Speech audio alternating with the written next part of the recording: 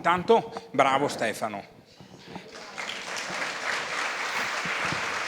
Devo dire che lui è uno di quelli del mio gruppo più promettenti, perché io gli dico, intanto lui si vede, tipo, ha fatto nel 2025, ha fatto 1000 valutazioni neuropsicologiche, quindi si fa il lavoro da battaglia clinico tutte le mattine.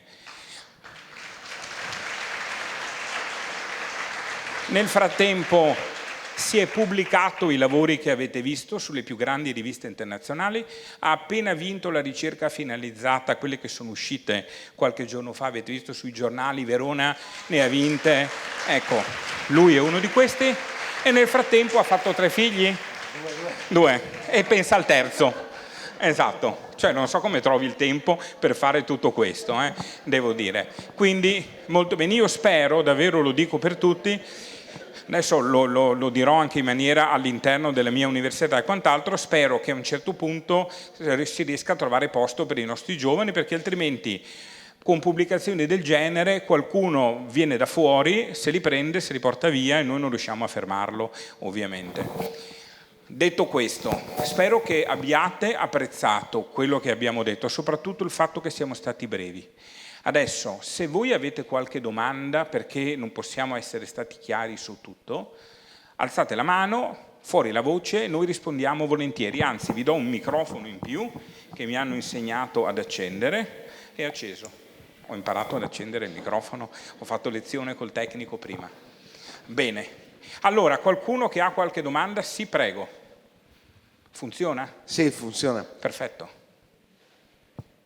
Lei ha detto giustamente che bisogna prevenire, ma la domanda è, ma è una questione anche ereditaria oppure è una questione di alimentazione? Cioè, io non voglio, onde evitare arrivare lì, cosa bisogna fare noi come cittadini?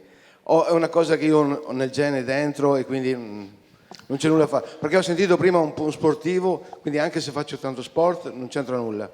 Cosa devo fare per evitare, per essere tra i suoi pazienti, che non vorrei mai essere? Purtroppo non c'è niente che lei può fare per evitare, perché in parte è genetica, ma poco, meno del 30% conta la componente genetica, in parte forse sono componenti ambientali molto varie che noi non sappiamo, non conosciamo la verità, non sappiamo perché a uno gli viene la sclerosi multipla. Il punto è, secondo me, importante è, se qualcuno ce l'ha e non sa di averla, noi dobbiamo identificarlo presto. E una volta che lo abbiamo identificato, come spesso dico ai miei pazienti, il problema non è tanto se ce l'hai o non ce l'hai. Io lo so che lo vedo tutti i giorni che ricevere la diagnosi è terribile. Ma non è quello il problema, credetemi. Il problema vero è: hai una forma che tenderà alla progressione, che ha la brace che cova sotto la cenere, oppure no? Perché io ho tantissimi pazienti che dopo 25 anni stanno bene e tanti altri che invece non stanno più bene. Le terapie che vi ha fatto vedere Stefano, i lavori che abbiamo fatto su alcune terapie sono efficacissime oggi, ma io sbanco velocemente la Regione Veneto se dovessi trattare tutti con queste terapie, perché sono estremamente costose. Io devo necessariamente mirarle, come detto, per persona, come detto per momento della vita di quella persona. Sbagliare il momento è cruciale. Abbiamo dato le terapie migliori di questo mondo a gente che ormai era tardi e non siamo riusciti a fermarle. Quindi importante è, non possiamo evitare, chi tende ad averla ce l'avrà purtroppo, ma possiamo riconoscerlo presto e, se gli diamo la terapia giusta, garantirgli una qualità di vita praticamente perfetta. Ma dobbiamo arrivare presto. Dai, non siate timidi, vedo qualche altra domanda. Bravi, tanto ormai ci conosciamo, molti di voi ci conosciamo da tempo. Buonasera a tutti, sono Tiziana e sono 20 anni che io ho la sclerosi multipla. Come diceva lei, professore, all'inizio non l'hanno capita. Ero una paziente psichiatrica e mi hanno curato per la psichiatria. Mi sono fatta 1 anno e mezzo di sedia a rotelle. Purtroppo non sono della regione Veneto, sono della regione Emilia-Romagna. 1 anno e mezzo in ospedale San Giorgio, ho ricominciato a camminare. Però adesso la mia sclerosi multipla remittente recidivante è diventata sclerosi multipla secondaria progressiva, con tutte le complicazioni che sta creando, vie urinarie, vie fecali e tutto questo qua. Momentaneamente è un anno che sono senza terapia, perché non riesco a trovarmi quella più idonea, più adatta a me, perché mi hanno detto hai 65 anni, ora ok, dammi una pistola che mi tiro, però purtroppo questo è. Io ho tanta forza e tanta volontà, fisioterapia, tutto quello che vuole, però purtroppo la cognitività, tutto quello che ci segue, tutto quello che sia lei che l'altro Stefano ha detto, ci sono tutte. Allora, intanto ti dico che dovrebbero uscire questi nuovi BTK inibitori, sono delle terapie specifiche per la tua forma di malattia tiziana e dovrebbero andare bene anche per gli over 65, con un po' di attenzione da parte del neurologo, ma rimarrangio io. Detto questo, dovrebbero uscire, speriamo, per la fine dell'anno e faranno sicuramente più di quello che è stato fatto in passato. Certo, come dici tu, perdere tempo all'inizio purtroppo è cruciale, come avete visto molta gente viene presa per psichiatrica, vengono pensati pazienti isterici, siamo completamente fuori da ogni grazia di Dio. Quello che vorrei dire io in più su questo è che però anche la riabilitazione oggi, non solo quella fisica, ma anche quella cognitiva, di cui magari Stefano vi dice due paroline al volo, certamente in questa fase è di aiuto. Quindi speriamo nella terapia, speriamo in un rimielinizzante, visto che la tua situazione non è ancora così disperata com'è, e soprattutto anche un po' di riabilitazione. Sì, ero giusto ieri a un convegno a Napoli in cui si parlava proprio di riabilitazione non solo fisica ma anche dal punto di vista cognitivo, abbiamo affrontato l'argomento e è stata dimostrata come la miglior scelta terapeutica per trattare il disturbo cognitivo, quindi si può fare qualcosa, piuttosto il farmaco ha ancora poco sulla parte cognitiva, però la riabilitazione cognitiva effettivamente è una cosa che si può fare, quindi cercare di stimolare, di fare, avete anche col telefono un sacco di app che potete scaricare, basta comunque tenere un po' allenato il cervello se non si riesce a fare qualcosa di strutturato, specifico con appunto una struttura, ma l'importante è veramente tenere un po' allenato questo cervello per cercare di riportare un po' il funzionamento cognitivo. Questo secondo me funziona veramente. Ma vi daremo anche il videogame a breve, nel quale spero che poi io e il dottor Ziccardi, guardando i vostri dati, riusciremo a crearvi delle cose personalizzate in modo che ognuno, sulla base del suo disturbo, possa fare una riabilitazione che trova d'accordo anche il neuropsicologo, che è quello più esigente. E non necessariamente, come si diceva prima, questa cosa deve essere applicata solo alla sclerosi multipla. Quindi, qualche altra domanda? Eccomi qua. Prego. Salve, Manuela. Manuela, alza la mano che non ti vedo. Eccomi qua. Ah, perfetto. Sono Nana. No, sono io che sono orbo. Allora, niente, io ho cominciato, diciamo, ad accorgermi che stavo cambiando già sui 17 anni, perché da un genio che ero in algebra, l'algebra è diventato una lingua diversa, una lingua che non capivo più. Sono diventata, quindi mi sono lanciata in italiano, letteratura, e lì ero forte fino a poco tempo fa. Adesso non ho più la voglia di scrivere, nonostante la risonanza magnetica sia a posto, e mi curo col neuromicflone, mi sembra che si chiami. Sono stata assente, ho fatto l'ocrelizumab, dove avevo cominciato ad andare in bicicletta, anche proprio la stanchezza e anche cognitivamente proprio gestivo due ristoranti. È esattamente cioè, stavo benissimo. quello che si diceva, no? Cioè la fatica cognitiva di cui parla, è esattamente questo. Non è solo fare fatica, no? È proprio che uno non ce la fa più.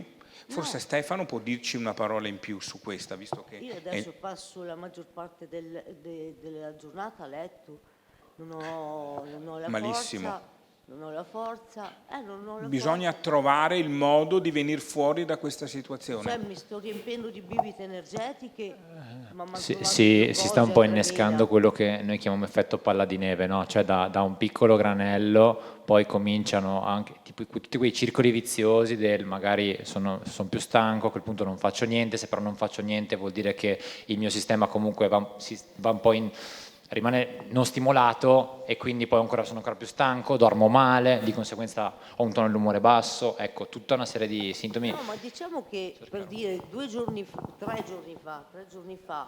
mi sono sentita me stessa.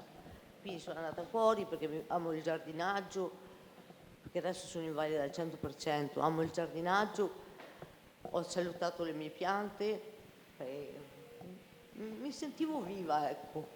Ho fatto quello che facevo un tempo. E oggi sono distrutta, ho fatto una fatica a venire qua.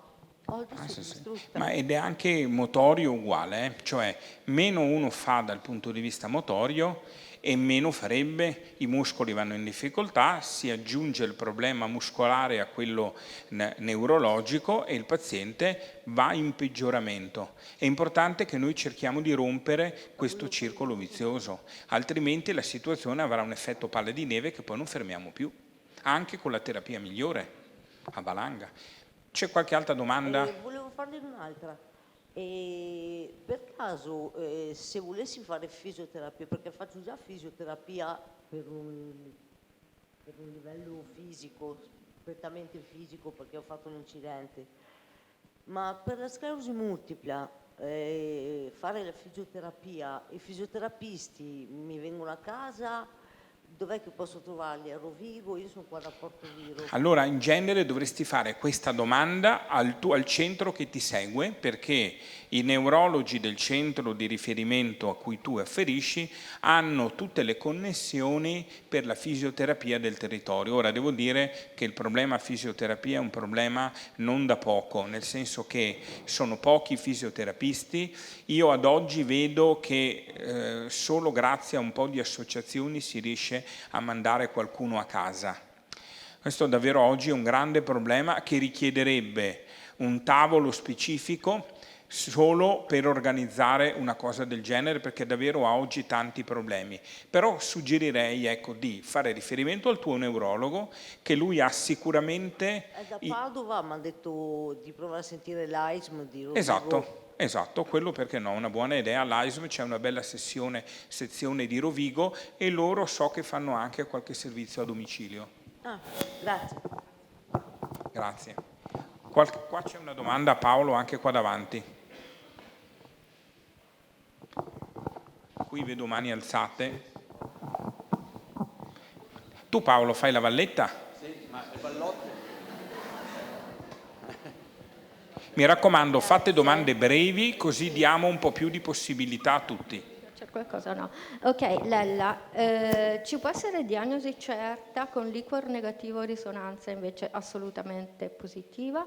E inoltre, i medici di base quanto sono informati? Non è possibile che la Regione Veneto possa pensare di organizzare ECM oppure mandare a ogni medico questo volume? Ok, cioè sarebbe veramente di impatto e di grande conoscenza, perché io al mio medico l'ho regalato e è stato gradito. Adesso stiamo pensando anche noi di mandarlo un po' in giro gratuitamente. Io l'avevo fatto quasi per, diciamo così, per hobby, ma allora con gli ordini dei medici stiamo cercando di organizzare degli eventi con i medici di famiglia. Quindi c'era già l'idea, sia con l'ordine dei medici di Padova che con quello di Verona, di organizzare qualche cosa con i medici di famiglia. Perché? Perché io, per esempio, faccio molta divulgazione ai miei colleghi che si occupano di sclerosi multipla. Faccio ancora poco con la cittadinanza e faccio pochissimo con i medici di base. Però se troviamo qualche ente, tipo l'Ordine dei Medici, che si offre di organizzarla, io sono disponibile ad andare sia i sabati che le mie domeniche a parlare ai medici di base. Per quanto riguarda la tua prima domanda, allora, non si può fare diagnosi di sclerosi multipla guardando un esame, un liquor positivo, una risonanza positiva, una risonanza negativa. Ci vuole un neurologo con ampia esperienza nella materia, che come avete visto, la risonanza magnetica può dire tutto e niente, gente che sta malissimo ce l'ha ottima, gente che sta benissimo ce l'ha cattiva, quindi ci vuole un neurologo con esperienza. A volte questa non è una diagnosi facile e molte persone oggi sono in difficoltà perché non trovano una definizione diagnostica chiara. Ultima domanda che riguarda, diciamo così, la divulgazione di manuali e quant'altro. Noi adesso credo che cercheremo di organizzare, chiederò adesso tramite l'università e tramite l'associazione Insieme per la sclerosi multipla, anzi ringrazio mia moglie tra le altre, che è l'unica che non abbiamo ringraziato e a cui io non sono in grado di tenere i rapporti tra le associazioni e il centro, lo fa lei per me. Però l'idea sarebbe quella di preparare una piccola newsletter, cioè un piccolo volumetto aggiornato. Chiedo ad ognuno di loro di scrivere un articoletto sulle loro ultime novità, prepariamo una newsletter e ogni mesetto a tutti quelli che vogliono gliela mandiamo via mail gratuitamente. Tanto loro scrivono articoli dalla mattina alla sera, per scrivere 10 righe in italiano gli portiamo via 10 minuti di tempo, non di più. Nel mio gruppo sono 18, si mettono d'accordo, ognuno di noi scrive un paio di pezzi all'anno e diamo una newsletter su questo a tutti quanti. Credo che questa cosa sia una cosa fattibile e appena riusciamo a trovare il tempo per respirare è la prima cosa che facciamo. Quindi iscrivetevi alle associazioni, all'associazione Insieme per la sclerosi multipla o contattate Paolo e quant'altro. Adesso glielo dico, sì, bravo Stefano, perché voi vi iscrivete, poi noi vi facciamo avere via email direttamente quello che serve. In più ho fatto anche dei piccoli video Instagram, 3 minuti, su consiglio di mio figlio, non so usare Instagram, fa tutto lui, dove spiego piccoli argomenti. Andateveli a vedere perché me ne ha fatti scrivere, me ne ha fatti visionare almeno una cinquantina. Li trovate sul profilo Instagram, sono gratuiti, li potete ascoltare in qualsiasi momento. Cerco di rendere in 3 minuti, dare alcune risposte in maniera semplice. So che è una goccia nel mare, ma piuttosto che andare su ChatGPT, piuttosto che su Google e chiedere, venite a vedere ed eventualmente se avete dei dubbi ci scrivete a me, a lui, no? E noi vi rispondiamo per quanto possibile. Però sono d'accordo, come dice anche la mia università, dobbiamo essere più divulgatori anche nell'ambito della popolazione, quindi dateci una mano e se avete delle richieste noi volentieri vi veniamo incontro. Grazie. Una piccola domanda. Innanzitutto grazie per il vostro grande impegno per migliorare la vita di queste persone ammalate e chiedevo, dottore, quindi riassumendo, qual è il primo campanello d'allarme che può spingerci ad andare a fare una risonanza o a dire forse sono affetta da una malattia di questo tipo? Cosa le dicono i suoi pazienti? Sa, dottore, mi è successo questo. Qual è la cosa più sovente? Allora, difficilissimo da rispondere a questo. Io mi occupo di SM da 25 anni. Devo dire che sono molto in difficoltà nel rispondere. Non credo ci sia una risposta corretta perché è multipla, mica a caso, cioè questa può colpire qualsiasi cosa. È vero che alcuni sintomi sono più frequenti di altri. Se dovessi dire una cosa, direi questo. Se un disturbo clinico dura poco, mi sveglio una mattina, una mano informicolata, poi sciolgo e mi passa, d'accordo? Il disturbo durato poco non è probabile che sia di origine demyelinizzante. Se invece il disturbo dura continuativamente per almeno 24 ore, anche se non è molto grave, io una capatina dal medico di famiglia la farei. Poi cerco di organizzarmi, io so che qui qualche medico di famiglia c'è perché l'ho salutato, cerco di organizzarmi io con loro perché loro siano nelle condizioni di identificare questa cosa e suggerire al paziente una risonanza. Con la prima risonanza il paziente viene inviato al centro e noi nell'arco di un paio di settimane facciamo diagnosi e diamo la terapia. professore.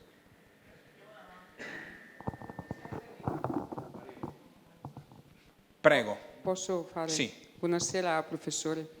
Io le faccio una domanda che non è farina del mio sacco, ma di una persona a me vicina e mi chiede di farle questa richiesta.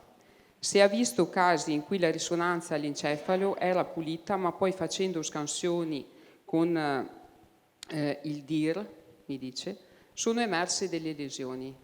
Cioè mi dice che c'è la possibilità di fare anche una scansione di risonanza che è fuori dai protocolli, diciamo. Sì. Allora, assolutamente Poi, dottore, sì. mi scusi, Prego. prima di rispondere a lei, io volevo associarmi alla sua richiesta, perché noi stiamo facendo tante richieste a lei, però io mi associo a quella che lei ha fatto ai politici, che la devono aiutare a trattenere questi ragazzi, perché io sinceramente sono rimasta colpita da questa foto di queste equip di persone così giovani. Abbiamo di fronte a noi 2 professori giovanissimi, quindi lei parlava di 20 anni, 30 anni, ho detto ma quanti anni è? Avranno avuto 10 anni che stavano già studiando questi casi, quindi io dico qua l'appello è veramente la richiesta, mi associo, perché i politici qua devono aiutare questi ragazzi, perché a ricaduta questi ragazzi aiuteranno noi, aiuteranno gli altri ragazzi, perché ricordiamoci che è una malattia che soprattutto si manifesta in giovane età, soprattutto donne che entro i 40 anni si trovano ammalate. Quindi ecco, io questo è l'auspicio che mi sento di supportare, perché è una cosa molto importante quello che fate. Grazie. E ringrazio molto anch'io, io non per niente parto dalla fine, sono assolutamente d'accordo e come vi ho detto prima sono molto contento che qui per esempio c'è il professor Gerosa che rappresenta la sanità della regione Veneto, perché intanto io sono stato suo allievo, lui non si ricorda perché ne ha avuti tantissimi, ma io ho studiato cardiologia e cardiochirurgia con loro e quindi so cosa loro hanno fatto nel centro Gallucci, che è uno dei centri più grandi e più fantastici che ci siano in Italia dal punto di vista del cuore. E quindi spero che se c'è una persona adatta per portare queste istanze è qualcuno che ha diretto uno dei più grandi centri di cardiologia del pianeta. Quindi sono molto contento di questo. Sono contento che ci fosse prima l'onorevole De Poli perché è chiaro che anche il politico che è a Roma venne qui il sabato pomeriggio, vede quello che c'è qui oggi pomeriggio e capisce l'importanza di essere vicino alla popolazione e io sono contento che lui era qua. Quindi ringrazio loro che siamo tutti qua il sabato pomeriggio, potremo essere in spiaggia a prendere il sole. Detto questo, per quanto riguarda la risonanza magnetica, io sono stato uno di quelli che la Double Inversion Recovery l'ha scritta. Okay? Quindi ho scritto materialmente il codice per la risonanza, l'ho pubblicato tanti anni fa. Quando pubblicai il primo lavoro, uno dei referì, ricordo che mi disse: egregio, lei dovrebbe andarsi a rileggere i libri di medicina, che la sclerosi multipla è una malattia della sostanza bianca, la DIR o Double Inversion Recovery, che è una sequenza specifica di risonanza, non servirebbe a niente. Oggi tutte le risonanze del Veneto ce l'hanno. Posso dirti già che l'abbiamo fatta, il Veneto da questo punto di vista è una regione davvero ideale. Abbiamo moltissime macchine di risonanza magnetica di alta risoluzione, si fa ancora fatica a prenotare, ma quando fanno l'esame è davvero top. Molte di queste macchine oggi includono anche la Double Inversion Recovery, sono 10 anni che lavoro su questo, ma oramai c'è quasi dappertutto e quindi possibilità di avere casi nei quali la malattia ti sfugge alla risonanza magnetica, oggi direi poco probabile. Se uno ha una risonanza magnetica pulita, con una delle ultime macchine che abbiamo a disposizione, probabilità che abbia la sclerosi multipla sono molto basse. Certo, la puntura lombare, l'esame del liquor, gli esami visivi, la visita neurologica sono importanti, ma oggi da questo punto di vista la regione del Veneto è una di quelle top che ci sono non solo in Italia. Il nostro livello è tranquillamente pari ai migliori paesi europei, tanto che gli americani, come detto quelli di Harvard e quant'altro, chiedono la nostra collaborazione perché noi abbiamo molta esperienza anche su cose di questo tipo. C'era una domanda in fondo da qualcuno che voleva farla e dopo Sì, passiamo qua davanti. Grazie e buonasera. Io ho 2 domande. La prima è se come ricercatori c'è la possibilità di studiare una forma di screening da applicare alle giovani donne e anche ai giovani ragazzi, perché ho saputo che questa malattia colpisce veramente in tenera età, come diceva lei prima. Quindi una forma di screening, qualcosa da poter fare per un segnale, per mettere l'attenzione per il futuro di questi giovani. Prima che tu faccia la seconda rispondo subito, se no mi dimentico. Di questo io ho necessariamente bisogno di confrontarmi con qualcuno in regione che si occupa di queste cose, perché io non ho una competenza specifica. Allora, scusate, c'è un punto cruciale, che lo so, lo dico io perché così non ci sono problemi. Noi non possiamo non tenere conto dei costi. Noi dobbiamo tenere, perché fa troppo comodo dire no, facciamo tutto per tutti, ma qui tutte queste cose sono estremamente costose, quindi dobbiamo assolutamente trovare delle vie per rendere questa cosa accettabile dai conti della nostra penisola, che non è che siano proprio dei conti splendidi, quindi non possiamo esimerci da questo. Quindi la cosa difficile non è chiedere a Calabrese che tipo di screening farebbe, perché se io dovessi screenare voi qui dentro ci metto meno di 5 minuti a farlo. Il problema è che mi ci vuole 1 milione di euro per fare una roba del genere, e chi è che me li dà? Quindi o li recuperiamo per esempio da qualche mega progetto europeo.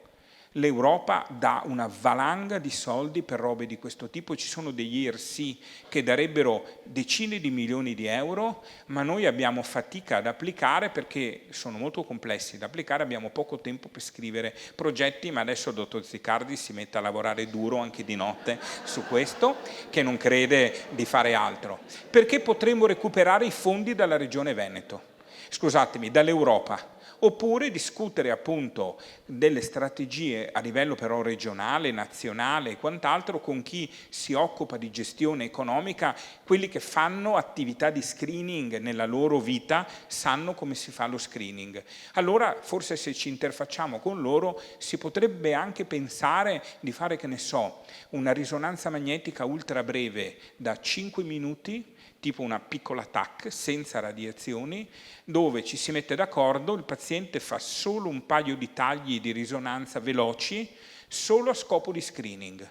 Potenzialmente sarebbe anche possibile, però non è nelle mie corde una cosa del genere, ho sicuramente bisogno che la mossa venga da qualcuno che sa di queste cose. Seconda domanda? 10.000 persone malate di sclerosi solo nel Veneto e i costi accessori a questa cosa, cioè dicono sono già esorbitanti, tutti. certo. Esatto. La seconda domanda è come si può reperire l'informazione per quanto riguarda il main game o comunque i giochi interattivi che proponete. Allora, grazie. Grazie per la domanda. Guardate sulla mia pagina, io al momento divulgo bene su Facebook e Instagram. Tutto quello che faremo lo metto lì dentro, così è tutto pubblico. Basta che voi guardate, ho già postato un paio di post, mi mandate una email e io quando è pronto il mind game vi mando il link per collegarvi. Professore, prima di proseguire le faccio una proposta, se lei è d'accordo, visto che piacevolmente abbiamo tante persone che vogliono porre qualche quesito, è d'accordo se facciamo pacchetti da 3 domande? Sì, va bene. D'accordo. Domande brevi, così io rispondo in maniera breve.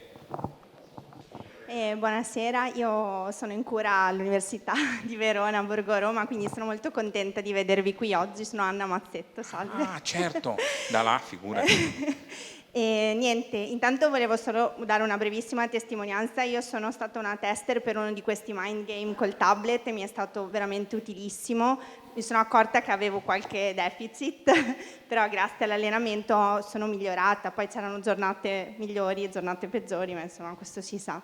La domanda è: che cosa può fare un vostro paziente per capire se c'è una PIRA in corso o meno, perché spesso la sclerosi si associa anche ad altre malattie autoimmuni, come voi sapete, e anche a periodi della vita più o meno stressanti. Quindi come capire se il dolore, l'affaticamento muscolare, la stanchezza, la mancanza di concentrazione sono dovuti alla vita, diciamo così, Allora, o se invece... io rispondo per la parte mia e poi lascio la parte a Sì, Stefano. certo. E cosa fare? Se vuole, non so, raccogliere le domande. Allora, punto 1, grazie della testimonianza Anna, punto 1 è molto difficile. Allora, 2, io sto cercando di farlo quando venite in visita, quindi sto cercando di fare attenzione ad alcune questioni cliniche che riteniamo più particolareggiate, e gli ingegneri miei hanno messo a punto questa risonanza magnetica che molti di voi che hanno fatto la risonanza a Borgo Roma, Borgo Trento o Altavilla Vicentina è già operativa lì dentro, ma la stiamo esportando anche altrove, in maniera tale da poter avere la massima tecnologia anche dal punto di vista di risonanza focalizzata non alla nuova lesione, ma all'identificazione della PIRA. Poi devo dire che nei nostri studi lui la identifica molto più frequentemente di me, cioè dal punto di vista cognitivo la vede di più. Ecco perché abbiamo messo a punto il Mind Game. Stefano. Ciao Anna, grazie per la domanda e per la testimonianza. Allora, la cosa rognosa di questa braccia e covasto la cenere, anche gli studi dicono che né il clinico né il paziente si accorgono della situazione. Ecco, quindi l'unica cosa che ti direi per rispondere è una sinergia tra paziente e clinico. Quindi noi cerchiamo di monitorarvi in maniera adeguata, così se voi non la vedete la vediamo noi, ma voi fate altrettanto per favore, cioè voi ascoltatevi, sentite cosa sta succedendo. Chiaro che se avete qualcosa di collegato magari a un evento stressante appena successo, una situazione particolare, magari aspettiamo un attimo a vedere se quella cosa resta anche in assenza di quell'evento un po' che potrebbe aver accentuato. Fateci sapere la cosa, aggiornateci, e a quel punto direi che è il modo migliore per capire veramente cosa fare e come gestirla. Luigi, mio figlio mi chiedeva, l'alimentazione e l'attività fisica possono influire sul fatto che da remitente non passi a secondaria progressiva? Allora, e anche il numero di lesioni in questo caso? Beh, sicuramente il carico di risonanza magnetica è un fattore che influenza di sicuro.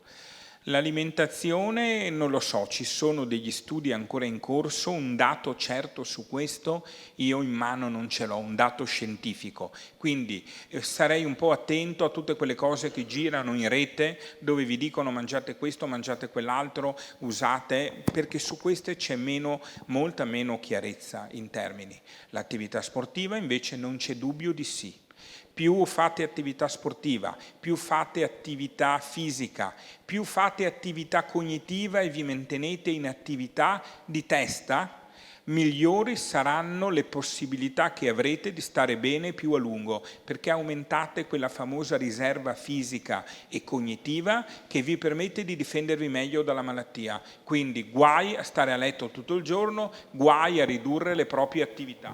È come se aveste un albero tanto ramificato e quindi con tante foglie. Quando perdete una foglia comincia l'autunno, prima che vi spogliate completamente tutte le foglie ce ne vuole. Se avete un albero poco ramificato con poche foglie, basta che cadano 2 o 3 foglie e siete già mezzi spogli. Mi piace questo paragone, perfetto. Cerchiamo di fare in modo di avere degli alberi belli rigogliosi il più possibile. Buongiorno professore, abbiamo sentito parlare delle cellule T. Certo. Ecco, come si possono utilizzare nella lotta contro la sclerosi multipla? Allora, di recente è stato identificato la possibilità di prendere una parte del nostro sistema immunitario, in particolare le cellule T.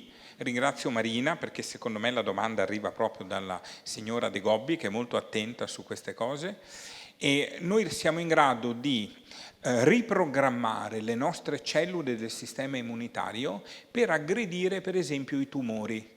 Tanto che queste CAR-T, cellule del proprio sistema immunitario che vengono tirate fuori, gli si insegna a riconoscere la cellula tumorale e si rimette, vanno a colpire le cellule tumorali, sono molto promettenti. le stiamo provando anche ad usare contro il sistema immunitario cattivo nostro che crea le malattie autoimmuni. Quindi avere il nostro sistema immunitario che si autocontrolla con queste cellule che sono davvero le più promettenti. Adesso a Verona sta partendo una sperimentazione, un fase 1, quindi sarà difficilissima da fare, però potenzialmente molto promettente. Io ho partecipato ad un tavolo europeo su questo, siamo solo in 10 che abbiamo partecipato a questo e devo dire che la cosa è stata molto interessante, noi saremo inclusi nei gruppi che le proveranno per prime. Personalmente la trovo un'idea mostruosa sia per le per le malattie autoimmunitarie che per quelle neoplastiche. Non siamo tanto lontani, Prego. Buonasera professore, e avrei 2 domande da farle. Parlando di prevenzione, ci sono dei campanelli di allarme che possono indurci ad approfondire certi sintomi? Non so se prima ho capito bene, anche il sonno può essere un campanello di allarme? Beh, sicuramente disturbi del sonno, ma io direi più in generale, ve l'ho mostrata anche in una diapositiva, la fatica. Il fatto di essere particolarmente stanchi, sia fisicamente che dal punto di vista cognitivo, secondo me deve trovare una causa. Non che questo sia sempre dovuto alla sclerosi multipla, ci mancherebbe altro, altrimenti qua dentro avremo la totalità. Però secondo me se uno è particolarmente stanco e affaticato, forse una capatina dal medico di famiglia, qualche esame di screening si potrebbe pensare anche di fare. Ripeto, lo screening dei pazienti che stanno bene è qualcosa di veramente difficile, che oggi siamo in grande difficoltà a fare, è lì che secondo me perdiamo la nostra battaglia.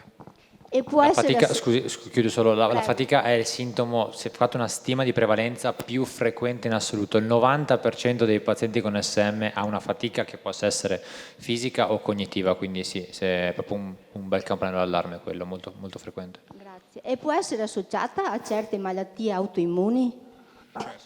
Sì, le malattie autoimmuni vengono sempre a gruppi, quindi la sclerosi multipla, l'ipertiroidismo, l'ipotiroidismo, ma anche il diabete di tipo 1, tante altre patologie autoimmuni, la vitiligine, eccetera, vengono tutte in gruppo, purtroppo. Vabbè, grazie. Bene, avevate di domande? Se non erro, ho visto una signora, esatto, che molto pazientemente ha atteso.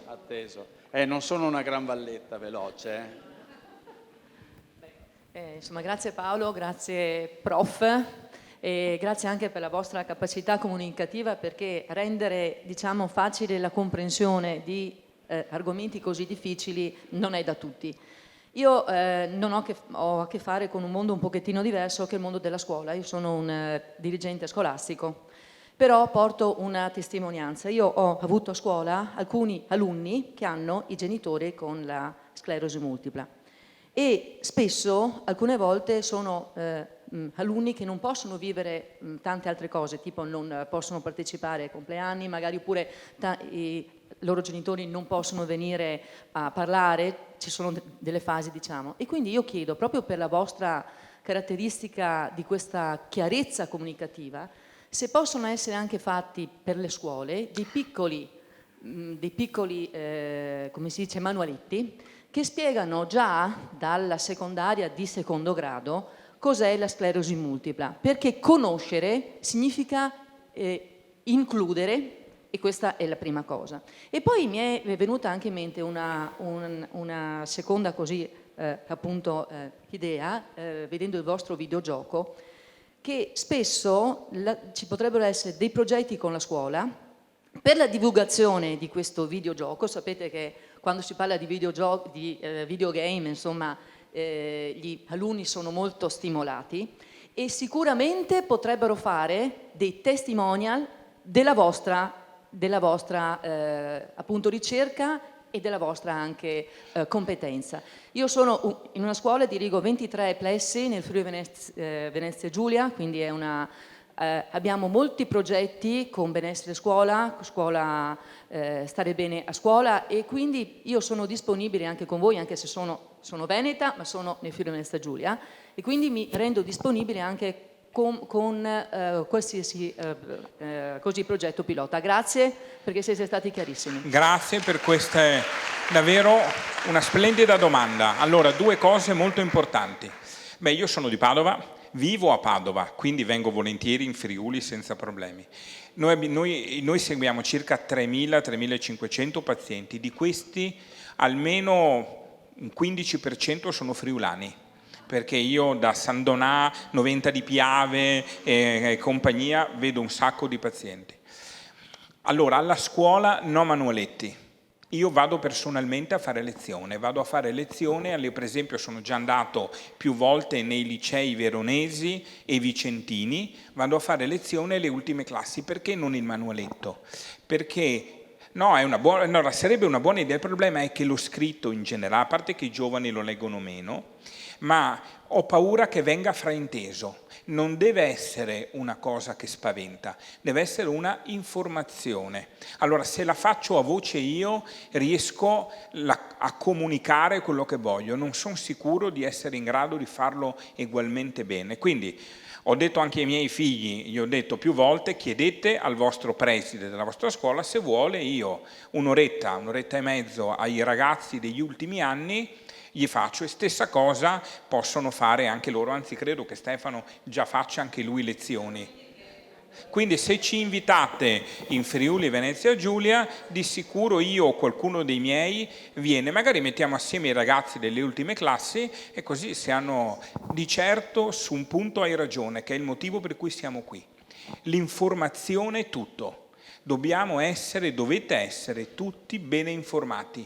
Meglio se si comincia, anche perché noi pensiamo che la sclerosi multipla cominci tra i 14 e i 18 anni, in realtà noi la diagnostichiamo tra i 18 e i 35, ma probabilmente quando la diagnostichiamo è già cominciata da qualche anno. Si pensa che cominci alla pubertà.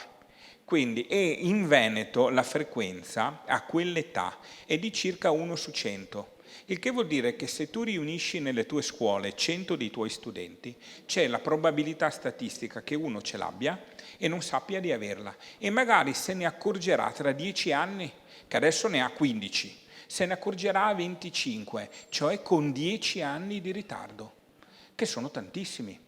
Per non parlare di quello che è successo a chi poi è stato preso per psichiatrico, ansioso e quant'altro, ed ignorato per altri 5, 6, 7, 10 anni. Così arriviamo a fare diagnosi 20 anni dopo.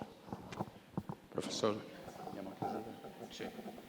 Bene signori, grazie per le vostre... Grazie davvero a tutti. Sì. Allora...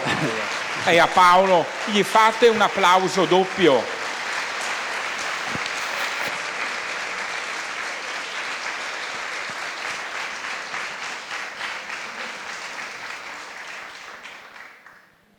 Cinque lettere se non sbaglio, 6.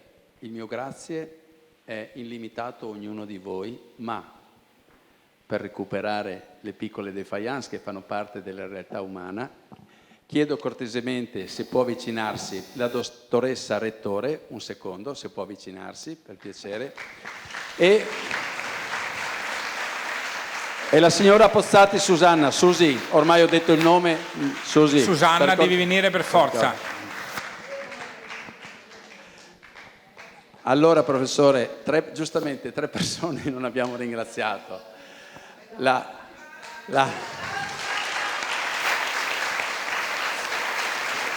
E credo che la stragrande maggioranza di ognuno di voi, un grazie anche al signor Gelsomino, che è responsabile delle affissioni, delle divulgazioni del volantinaggio, che si è adoperato perché oggi, anche col suo contributo, abbiamo avuto l'onore di avere ognuno di voi con noi. Grazie di questo grande regalo. E a Paolo, regalo. che è un anno che mi invita a venire qui e so che sono mesi che sta organizzando questa cosa. Grazie Paolo. Grazie.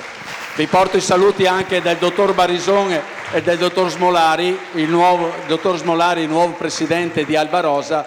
Il dottor Barison è il coordinatore generale di Alba Rosa. Signori, adesso, ringraziando questi illustri relatori, e il grandissimo neurochirurgo e professor Gerosa, il nostro sindaco, gli amministratori tutti quanti, che ci hanno premiato con la loro presenza oggi. Come ha detto il professor Calabrese, oggi di solito il sabato si dedica alla famiglia, si dedica alle cose private, ma chi lo